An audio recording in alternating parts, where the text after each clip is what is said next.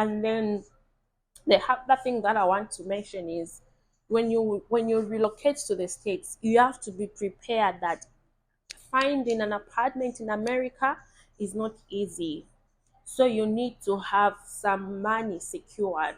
For you to get an apartment, you at least need to put a down payment of 2 months in advance plus security deposit. If minus that, they will request for you to have a credit score. So this credit score is something that I'm going to talk about, in another video. I'm going to explain how it works. But a credit score in America is very, very important. It goes in hand with a social security number. These are things that are very important.